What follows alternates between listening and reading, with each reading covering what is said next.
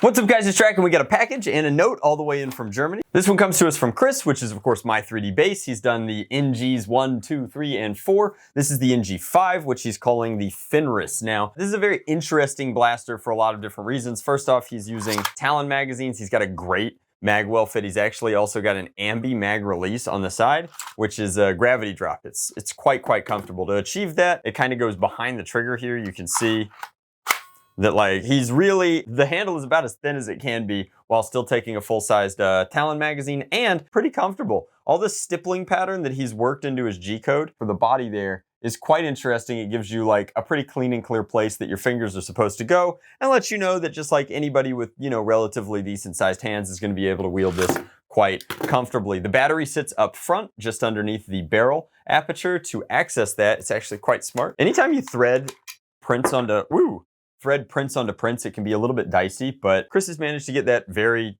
clean and easy in here. And then you can see there's a 950. Those come from my buddy Luke over at Out of Darts. So I've got my graphene 950 in there, which means that mine's running on 2S. Supposedly the custom motors that my 3D base has inside here can run on 2 or 3S. For the purposes of this review video and the longevity of this edition, I'm going to be using mine on 2S. I do want to point out the motors have just a great name. They're called Raiden motors. If you take a look inside, every time the blaster revs here,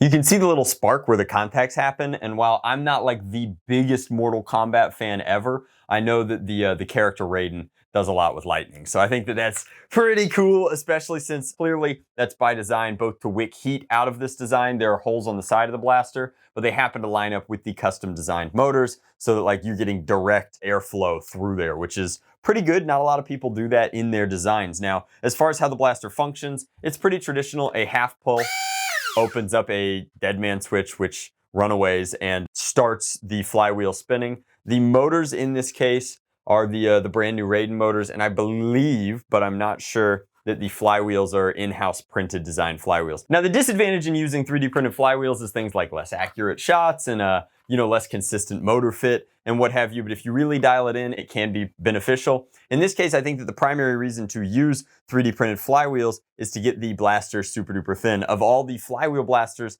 I've used, this is certainly one of the thinnest. In fact, it would come in just at over 40 millimeters, which is quite thin for a flywheel blaster. It's certainly, I think, thinner than the old pigeons and what have you along that line. So without any more talking about it, let's see how consistently it fires. I'm gonna give it like a half beat to rev up, and then I'm gonna fire through a couple, just cycling through. It's obviously not full auto. If you look real quick there, you have a physical pusher that's going to be going as it kind of, they're just very loud for sidearms, but that's sort of the nature of the beast. And again, with no cover over the motor, like it's going to be very tinny. For the headphone users, it's going to be very loud.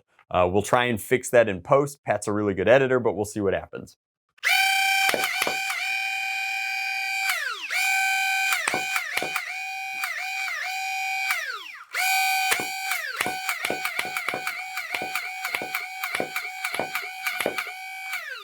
So a few interesting things going on there, and I did have a couple of, you know, failure to chamber, so you have to run the trigger again and then it'll fire. Part of that is that to get the pusher throw link down, you just have to be exact on those darts every time, and maybe this wasn't tested with AF pros, but that's what I shoot most of the time over here. Interestingly enough, there's this doodad in the front. When you pull the trigger through, that pushes down to kind of make sure that the darts are going into the flywheels properly. Everything that made it to the flywheels fired just fine, so I think that that bodes very well for our outdoor test, getting some FPS. Apparently Chris was looking for about 100 FPS. And then somewhere on here is like a secret, there it is. So here it says the LZ NG-5. And that's because apparently Chris's son Lucas helped him a lot with the design. They went through 19 different iterations of this blaster before getting to this one that they're very happy with. And so I just want to give a shout out to you, Lucas. Like, pretty cool that you're already doing STEM at that age. Being 9 years old and building blasters with your dad is certainly really cool. And I think that anyone watching this channel of any age can be envious of that relationship that these two have. It's always very special when you guys can share an activity like that and produce something as cool as this. So I definitely think that it's got a lot of merit. I think that it's ultra compact. I can't wait to put it over the chronograph outside, and then I'll give you my final thoughts. All right, guys, so we're out here with the NG-5. Let's put it over the chronograph, then we'll put a few down range. 83, 69, Whirlybird 69. These are kind of going everywhere. That one went straight, 87, 84, 84, 75, 63. So on 2S, it's certainly running. I think that to get those higher FPS shots that they were talking about, I think that you would have to run it on 3S. I definitely am perfectly happy with this as a compact sidearm that takes, you know, rapid reloads in the form of Talon mags. I'm pretty comfortable with elite style performance out of half lengths. I know that the smaller your flywheels are, the harder it is to get high numbers. And this definitely isn't a performance blaster in so much as it is a very compact sidearm type blaster. In a lot of the ways, like the Springers do the same sort of thing. So you have to make sacrifices to get down into a package this ergonomic, this tight. Let's fire a few down range, see how straight they fly with plenty of room to kind of straighten themselves out. Again, these are, I believe, unique flywheels on this system. That was a fine shot. That one went straight.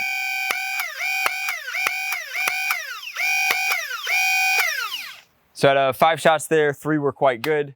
I guess it was 6 shots. I'm not really sure, but it seemed to be about half and half. Some of them went whirlybird, some of them went very straight. And if you were kind of using this from cover as like a pop, pop, pop, pop, pop sort of blaster, I can definitely see how that might be a little frustrating with the consistency, but I'm sure that if I fed it the same kind of ammo and got really used to it, I could dial it in. I don't know what kind of ammo they're using over in Das, Germany, because I assume they can't get access to the AF Pros as easily as we can here in the States, and that's what I feed most of my blasters these days. I imagine they're using mostly worker darts, but this overall is a very compact sidearm. It's doing exactly what it advertises that it should be doing, and it's quite handsome. Some of the consistency could use a little bit of tweaking here or there, but out of all the flywheel powered mag and grip pistols that I've seen or experienced, this is definitely the most refined. It's far more functional than some of its predecessors. And I guess we have to attribute that to precision German engineering, right? But overall, a very handsome design. Like I said, very sleek. Really one of the better Talon magwells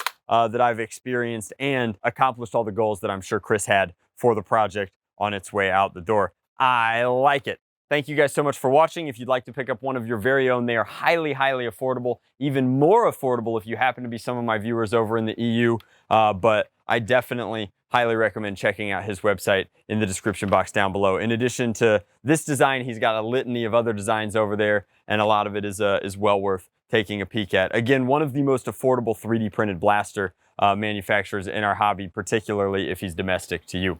Thank you guys so much for watching. Let me know what you think of this pistol in the comment section down below. As always, much love. Blast on. Drac out.